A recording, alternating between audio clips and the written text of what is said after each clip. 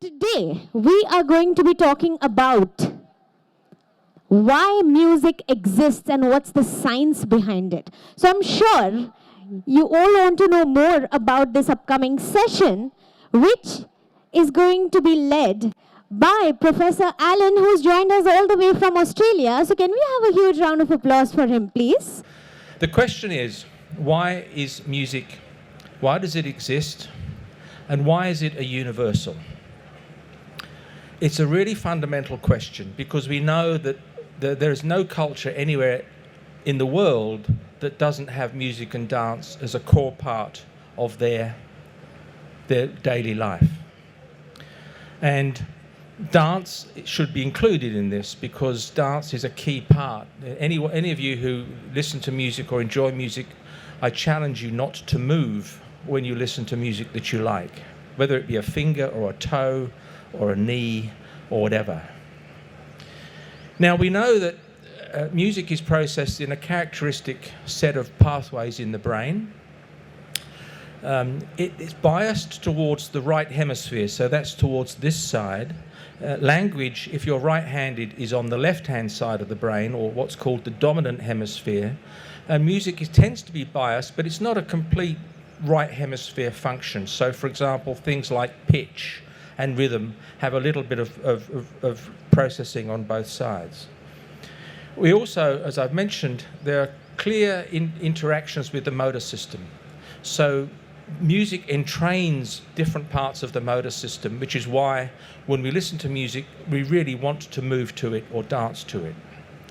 But it also activates regions in what's called the limbic system, which is a diverse area buried beneath the brain, which is involved in our emotional response to music, to memory acquisition, to the storage and recall of autobiographical memories throughout our life.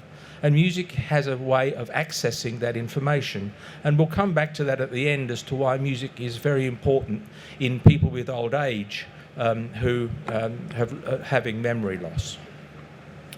But it seems to me that the really important question here is, why do we need music at all, given that we have what I'm doing right now, which is language and articulate speech? This is also a universal. But it is language that we use all the time in science to reason about things, to express thoughts and creative ideas. It's what we use to plan. It's what we use to make decisions. It's how we communicate to people about our ideas and what we want to do tomorrow or what we did yesterday. It also allows us to talk not just to people now, but we can talk to our children, our grandchildren, we can talk to our grandparents. So language allows the transmission of information and learning, maybe across 5 or 6 generations.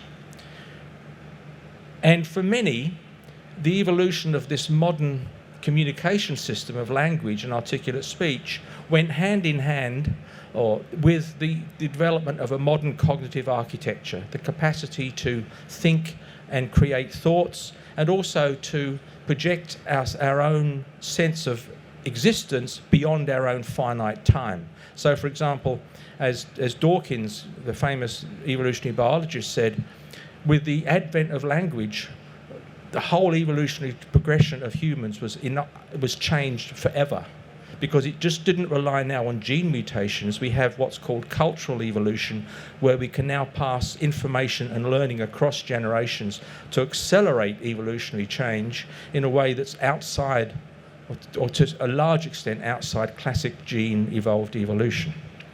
So, given that essentially language has been what we've used to do what we're doing here now, what on earth is the point of music? A musicologist in Cambridge, Ian Cross, there's a lovely quote that I use. It doesn't plough, doesn't sow, doesn't weave, doesn't feed, doesn't build bridges, doesn't design telescopes. It doesn't do anything. What's the point of music? So, I'm going to go back to this and say, everyone shout out what you think this is. Yes.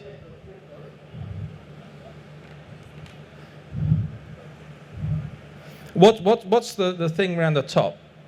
Music. What's the thing down the bottom? Cheesecake. So it's auditory cheesecake.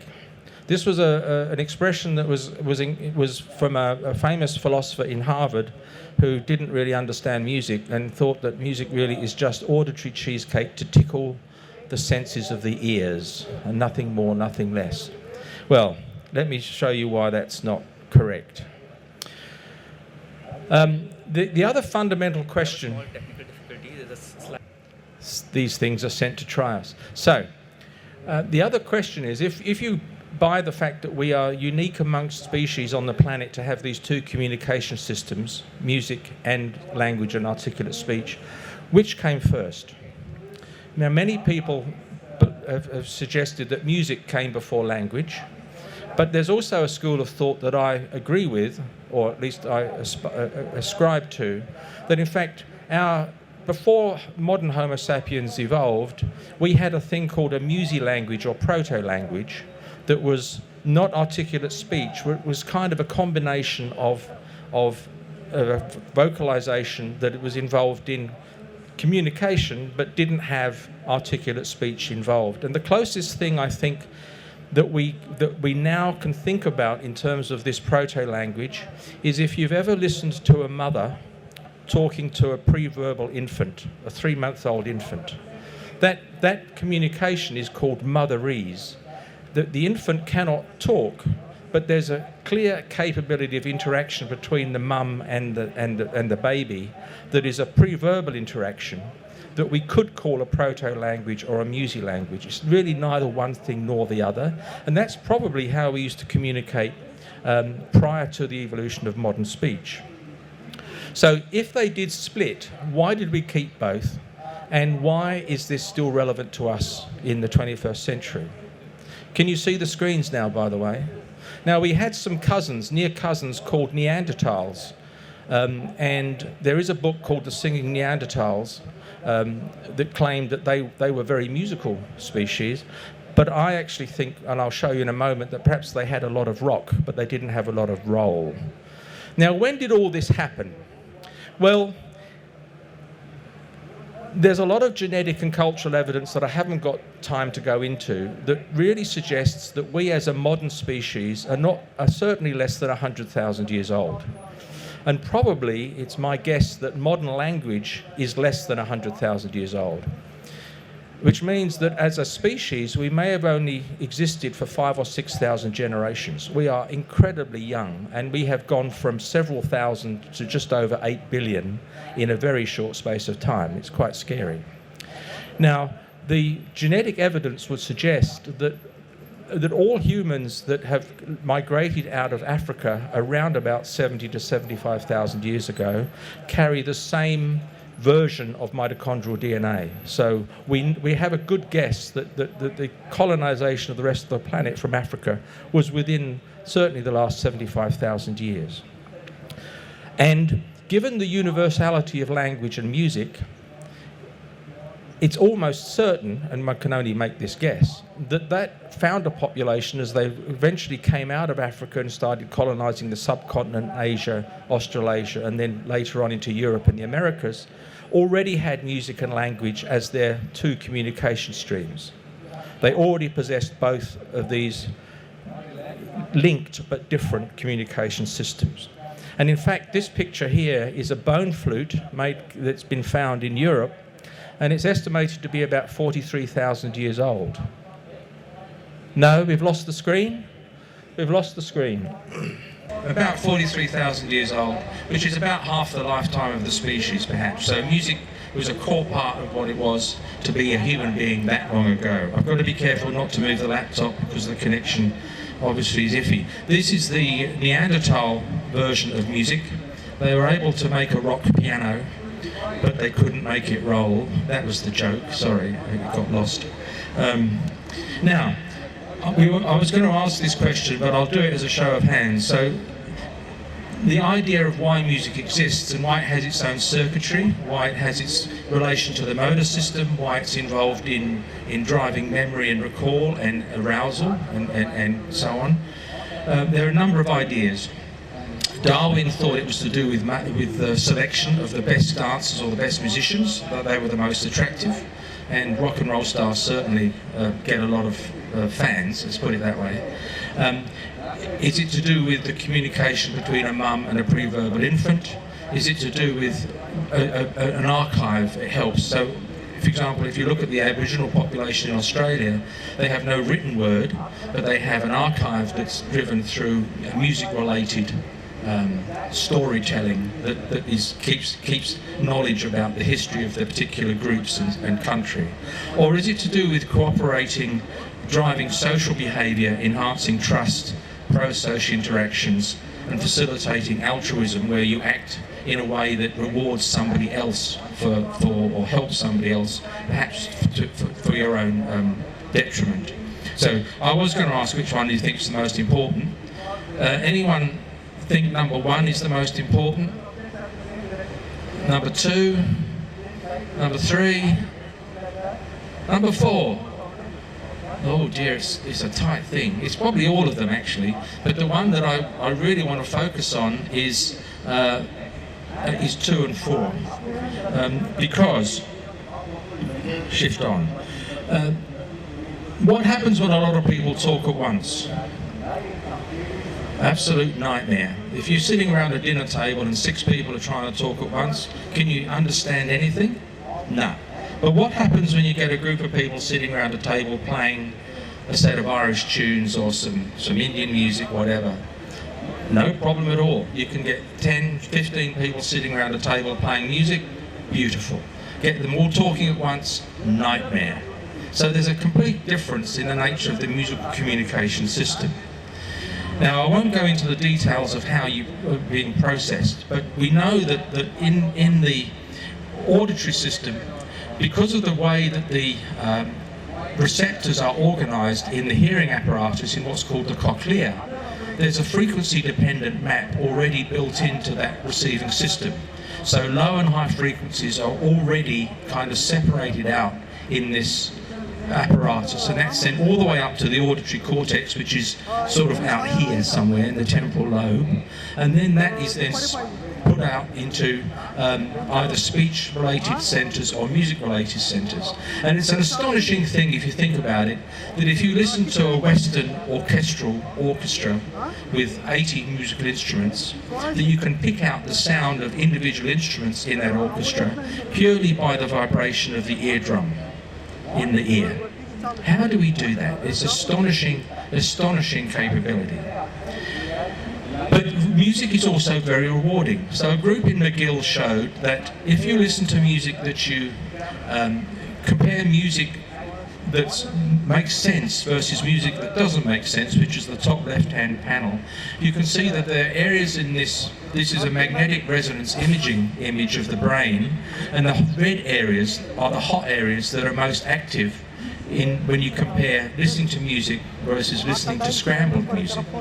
And those areas are areas involved in reward and satisfaction and expectancy. So when you listen to a piece of music that you like, it could be a rock and roll song, it could be some Indian music, it could be some Western music, there's often a passage in there that you remember and expect to happen. You have an expectation of this moment that you really enjoy more than any other bit. And when you actually image the brain of those events, as the moment arrives where you think that this sort of climax is going to happen, you get a burst of this neurotransmitter called dopamine in this region of the brain, which is called the basal ganglia. And at the moment that the client that you have been waiting for arrives, you get another burst of dopamine in that new region, which is called the nucleus accumbens. And the nucleus accumbens is the reward area of the brain. It's the area of the brain that is active when you have an expectation of achieving something and that expectation is achieved. It might be listening to music, it could be winning a bet on the horses, it could be eating a nice bar of chocolate, It could be a whole host of different things where you get or hitting a good tennis shot or a good golf shot or a good cricket shot through the covers for four when you're playing Australia, for example. You'll get a big burst of dopamine right there.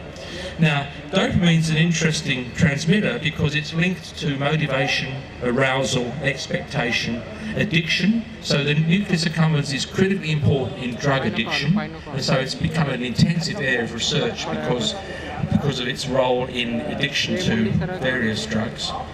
But it's also critical in movement. So for those of you who know of the disease called Parkinson's disease, most of the therapies for that involve supplementing dopamine. And it's kind of interesting that the music and movement links are also linked not just in terms of circuitry, but in terms of the chemistry. But music also affects other things, such as endorphins that you may have heard of, that are involved in their endogenous pain-relieving chemicals. And endorphins are involved in pain relief and also social connection in terms of driving interaction. It's known that music reduces the stress hormone cortisol, which is very bad for you if it's not, if it's always on. It'll cause problems with the cardiovascular system and with memory and so on. But it also drives this hormone that's become my favourite, called oxytocin, that you may have also heard. It's a very small peptide, very small thing. And when I did physiology back at Cambridge years and years ago, all I knew about oxytocin was that mums make a lot of it during childbirth because it's important in helping the uterus during childbirth, but also for driving the formation of milk for lactation to feed the baby. But it also turns out to be incredibly important in attachment, in bonding the mum to the child. But we now know that it's involved in pain relief, cardiovascular health, and if you take a spray of oxytocin and put it up the nose of an individual, and there's been many studies have done this, it enhances empathy, generosity of spirit, trust, social interactions, group cooperation. Generally speaking, a hit of oxytocin makes you like other people more, which is kind of interesting. Why is that relevant? Well, because it turns out that if you look at oxytocin expression in people involved in communal music making, group drumming, group singing and so on, there's increased oxytocin released into the bloodstream. That fits with the notion that oxytocin and music are related to some sort of social bonding. And in fact, if you look at the areas of the brain that are active, when you either listen to music that you like, or you perform some sort of pro-social task that involves cooperation with somebody else, if you're in a machine and you play a game where you have to help somebody else, or you look to see where all of the oxytocin receptors are in the brain, they're all in the same place. They're all in the very similar areas of the brain, both in the front of the brain and in other regions. I don't want to go into details. But that concordance of mapping of the oxytocin, of cooperative, social empathy types of behaviours and liking music suggests to me that one of the primary reasons why we evolved music as a system, as a universal system, is at the same time we evolved language, which essentially individualises us. It makes us more aware of ourselves as individuals. We needed another system that was a driver of cooperativity, so that when crises happened, humans actually worked together in cooperation to make things happen. So we evolved as a social species, we evolved as a cooperative species, and music and dance were some of the primary drivers that helped drive that so that we could work together in times of crisis. What does that mean now? If that's true, then I believe music still has that role to play in modern 21st century society. But what does it mean? Well, we know that if you have music lessons, that it changes your brain structure. It is absolutely unequivocal now that when you play musical instruments, for example, because of using the two hands, you get enhanced connections between the two sides of the brain, and you get greater circuitry connectivity associated with music making. And my favourite study of that was the study of 9 identical twins, exactly the same genes, identical, One played music all their lives and the other one didn't. And when they imaged the brains of the musical twin versus the non-musical twin, they were different. They were consistently different in terms of the connectivity that was in the brains. So we know that music training helps. We know that it improves things like language acquisition, vocabulary, better discrimination of speech in noisy environments, better working memory and selective attention. And also if you teach, and in countries which have lots of immigrants and people coming from diverse cultural and social backgrounds and children, if you get them to make music together, they bond and interact in ways that is faster than any other process that's possible. So that's a really powerful thing. Now, I was going to do I've got a couple more slides. I was going to do another Mentimeter thing here, but this music therapy is now a big deal. It used to be just thought of as an alternative treatment that wasn't relevant, but we now know more and more about the neuroscience of music and why it's actually very good for you in terms of therapy. But look at all of those, that list. Do you have any sense that music therapy might help some of those or all of those? Who thinks some? And who thinks all? Yeah, well, I wouldn't have put it up there otherwise, would I? Of course, it's all of them. In different ways. So in terms of Parkinson's or motor disorders where people have problems with movement and walking, there's a lot of apps now out there, and a friend of mine's developed one that enhances gait and walking so that people use music to help drive their gait. It's the same with stroke in terms of walking. It's now being used to re-evoke memories in people with dementia who've otherwise lost their memory. It's now being used in the clinic to treat pain as a way of reducing the dependence on drugs. It certainly reduces anxiety. This is, by the way, is not music that is... all of you will have music that you absolutely hate, and that does not reduce your anxiety at all. But there's all of you who've got music that you love, and peaceful music that has some autobiographical memory. It could be something that happened in childhood, it could be your first partner, your first things that was played at your marriage ceremony. It could be anything that you come back to, has an autobiographical memory, and it relaxes you. It's used in sleep disorders. It's being used in tinnitus, which is the ringing in the ears, as a way of treating tinnitus. It's now a very powerful tool in autism and speech disorders because, remarkably, kids that, for example, with autism who have no social interaction will interact when they're playing music with other people, and people who have speech disorders, whether it be stutter or whether it be a stroke, aphasias, or anybody, they can sing. They can't speak, but they can sing. So music has an access to these things. Okay, so just to finish, music is a core part of what it was to be a human being. It has a very characteristic neural architecture. It's different from language.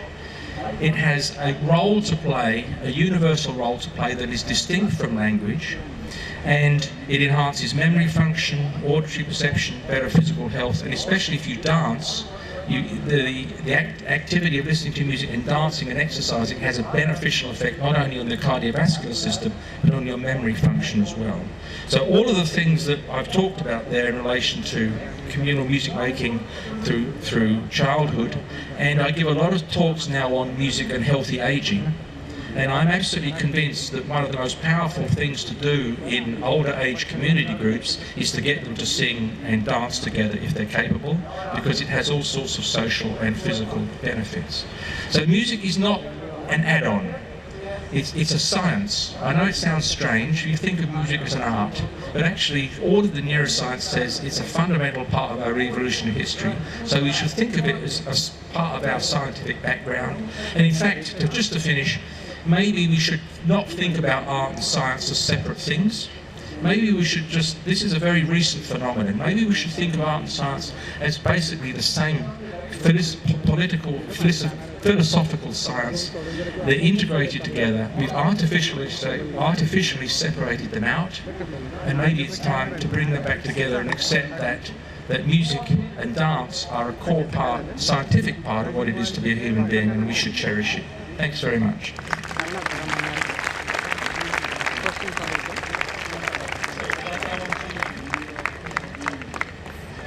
All right, fantastic. Can we have a huge round of applause, please? Thank you so much. It was a lovely talk, and we did have a few glitches in the middle, but that's all okay because we get to now speak with Professor Alan. So all of you who have questions, please raise your hands and we will bring our mics to you. But you have to sing the question. Good morning, sir. Yeah, I have where a are couple you? of questions Yeah.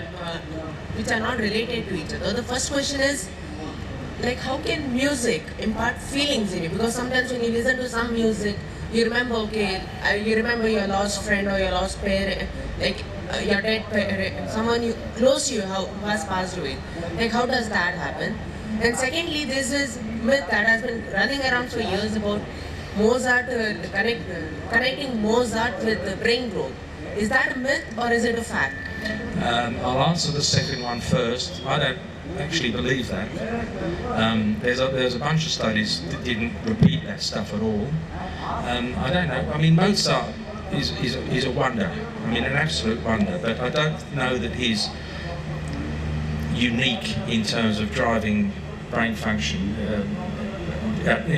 So I'm not sure. There's a lot of music that can do that. And some, as I say, there are studies that have not repeated that work. As far as the other things are concerned, remember that I said in the talk that music, I didn't say it, but it has a gold pass to the limbic system. So it has a gold pass to those areas of the brain involved in memory and recall. So because of that, its capability of arousing or re-invoking autobiographical memories is much more powerful than language. Maybe poetry to some extent, but nothing like the carrier that is music. Now, it's probably partly that's to do with the early evolutionary history of the importance of music as a carrier, what's called a mnemonic carrier of word. So that in the TED talk that I gave a few years ago, I sang at the beginning of the talk and said, well, how is it that I remember the lyrics to so many songs, but I know no prose? I can't remember any prose. It's because somehow the music carries the lyric, and we know actually if you image the brain and combine lyric with music, you get a boosted signal than when they're separate. So there's something special about that communication stream that actually fires into the autobiographical relevant parts. And actually oxytocin is relevant to that because if you remove the receptor for oxytocin in the memory part of the brain called the hippocampus in animals, those animals can't socially learn anymore. They can't learn social interactions with other mice, for example. Just deletion of that one receptor. So it looks to me as if oxytocin, working with some other growth factors, is actually involved in promoting plasticity within those memory systems, and that's another reason why it has a very special neuroscientific power that language doesn't have. One of the purposes of science, according to me, is also conserve humanity. And I think conserve humanity, and I think on that line your lecture was really useful. My question, can you hear me, sir? Yeah. Yeah. So my question comes with one small incident. I saw a group dance of hearing impaired student. So when we say that sound is one of the important elements in music, I want to understand then, if so, then how can these kids who are enjoying and dancing? Thank you, sir. Yeah, good question. I can say sort of two things in relation to that. One is, well, preface this by saying this, one of the things that human beings, there's a lot of stuff that's unique about us. And one of those things is our ability to synchronize movement with others. No other species can do that. So no other species can take 10 people and get them to move in absolute synchrony with each other, in a dance group, for example, or sing in harmony in exact time with each other and exact pitch. These are unique human characteristics that relate to communal music making and communal movement. And we use the visual system as part of the way of looking at other people as well as sound. The second point actually is interesting, is that The vestibular system, which is involved in balance, actually communicates to the auditory system through so if you're in a disco and you've got very deep bass pounding, that synchronous sound isn't coming through the auditory system, it's coming through the vestibular system. So those deep bass notes actually can also drive beat and meter, which will help you to coordinate with others. So it's an extraordinary capability, and you have to ask yourself, all of you, why on earth would we evolve that? I mean, as I say, it doesn't build bridges, it doesn't investigate galaxies, it doesn't do any of that. There's got to be a reason, and I think I've tried to present a rationale for why it's important. Yeah. Excuse me, sir. Yeah. Where are you? Hello. My question is related to disorders. So, is there any kind of correlation between music and psychotic disorders such as schizophrenia? Oh, that's a good question.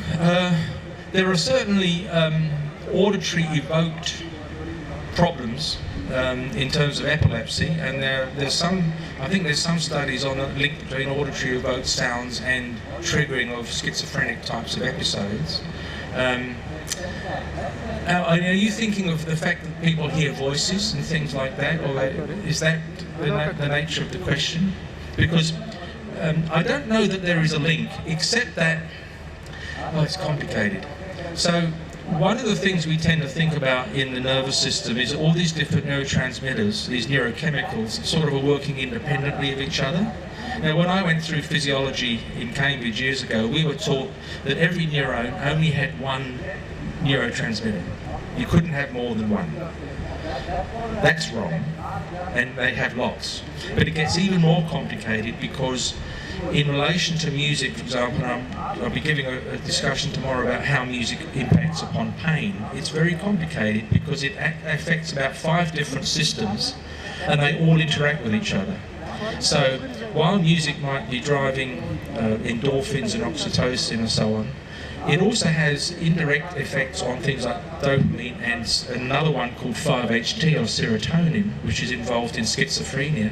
So any of those things are possible because these things are not independent, they're all intertwined. And it's one of those things, one of those wonderful things about neuroscience is that the more holes you dig, the more holes you find. It's never ending. You keep burrowing and it gets deeper and deeper and deeper. So it's going to be up to you guys to try and see if you can find the end of the tunnel, because I haven't found it yet.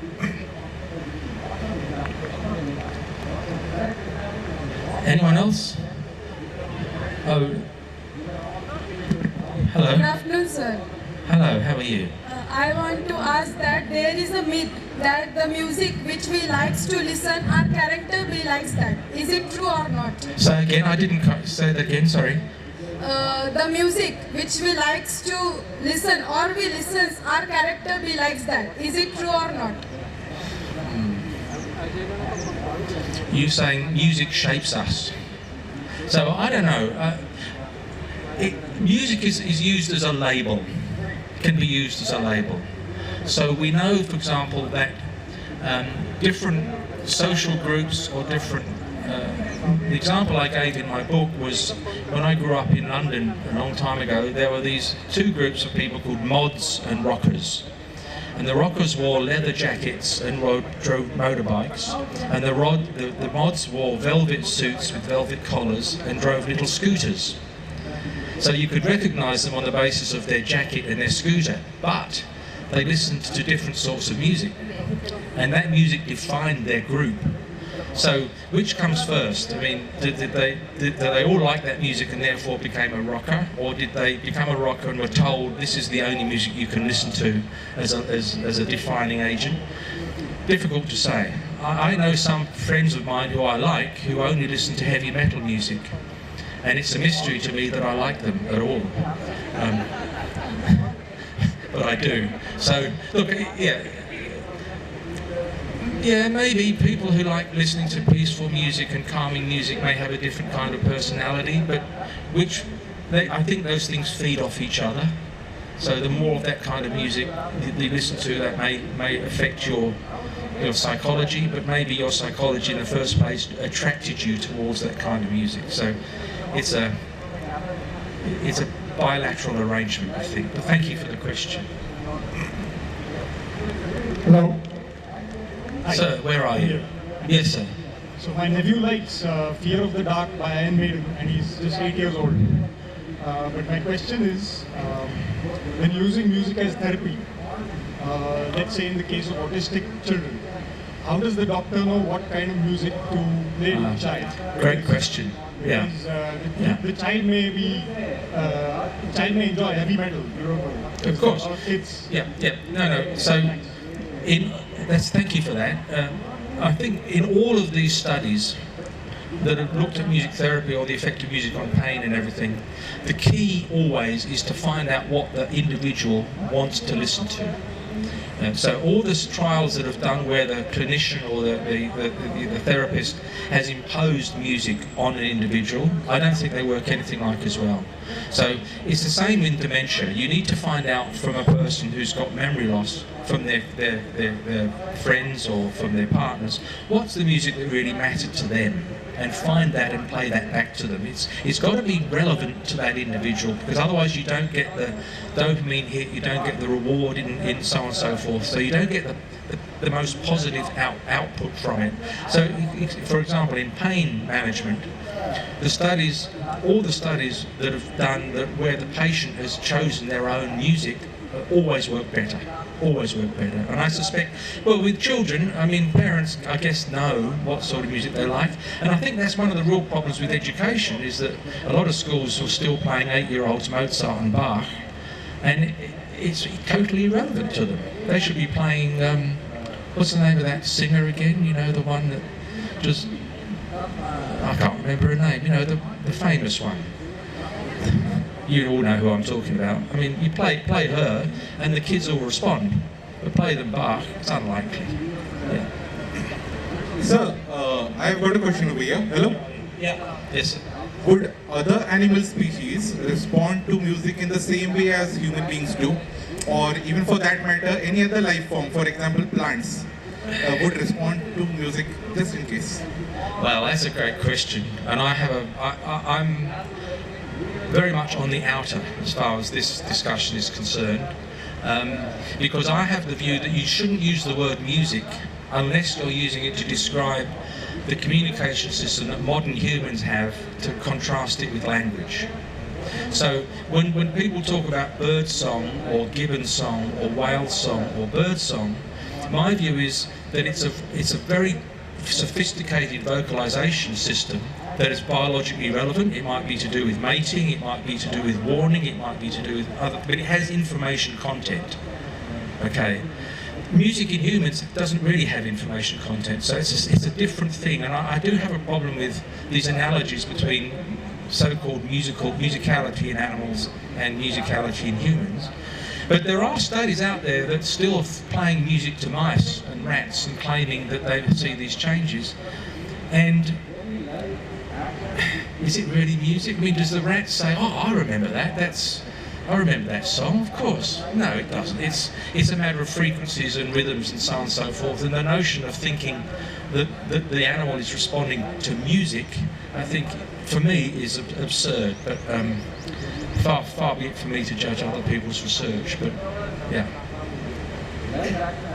How would the brain image of a retired musician differ from that, like with a practicing musician? And the second is rhythmic poetry. It's like not exactly music, but we have to, like, it's like language, but there's a rhythm to it. Yeah, I agree. Yeah. So how does that differ from, like, the fact?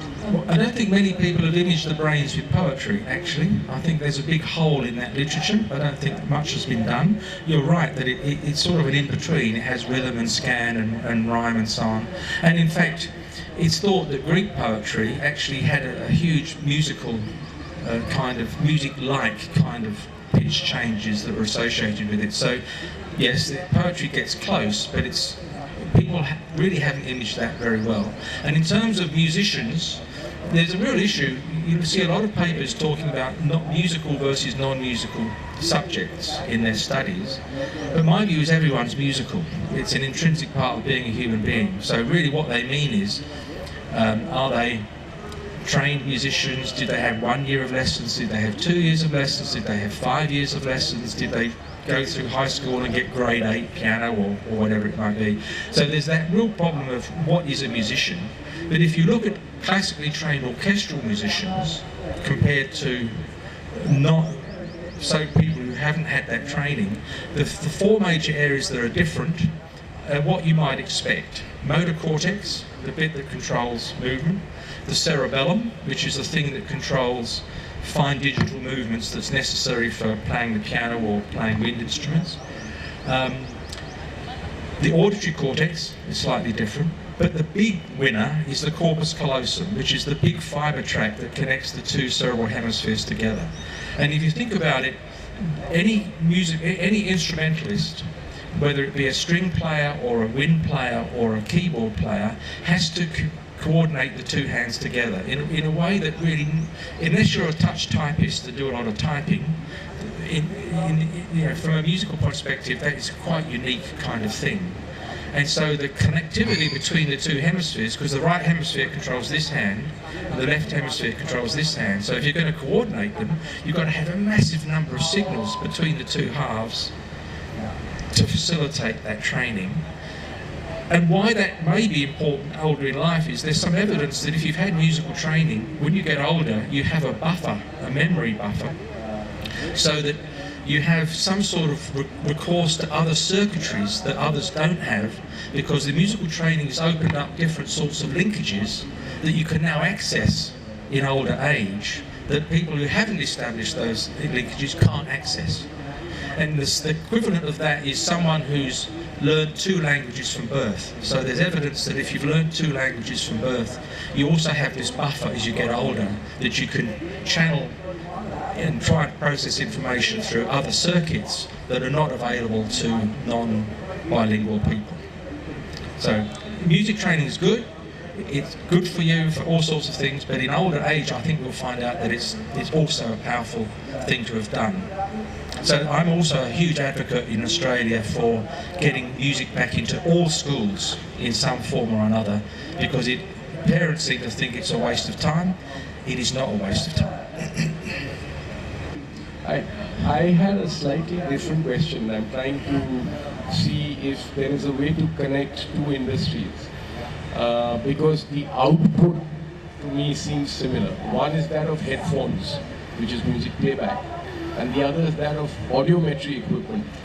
So are there genes that respond to sound that is produced in the ear that are common between audiometry and headphones? Don't know. Are there genes, for example, that have been shown to be linked to frequency response, for example? Yes, that's true. So, for example, 40 hertz, which is essentially the bottom E of a grand piano, is the same hertz as the gamma frequencies of the brain. There's a whole bunch of brain waves in our brains that are independent of individual nerve cell firing. So the gamma waves is this wave of 40 hertz, 40 times a second, going across the whole brain. And if you take animals that have got Alzheimer's types of inclusions in them and play them 40 hertz, this was published in Neuron a few years ago, their occlusions start to disappear. It sounds ridiculous, but it's now being used in dementia treatment at 40 hertz. So maybe everyone should listen to half an hour of 40 hertz before they get up in the morning. It might be good for you. But in relation to music and genes, there is a paper that's just come out claiming, and I haven't read the paper yet, that musicians, if they look at the gene expression related to neurodegenerative disease, that there are less changes in neurodegenerative diseases in musicians than there are in non-musicians. I haven't looked at the data, but that's kind of tantalising as well. Not that it's relevant from an evolutionary perspective, but it's certainly relevant for 21st century humanity. So, one quick question related to that. So, I'm trying to separate genes between those that are responsible, let's say, for the way the hairs work, and those that may respond, for example, to the volume or rather the rear drum. Yeah. So ear drum mechanism versus hair, are there genes that link audiometry and sound again? Don't know, probably. I can't answer that question. It's a good question. The trouble is genes aren't everything. It's something I didn't talk about earlier, but actually proteins are what really matter. Right.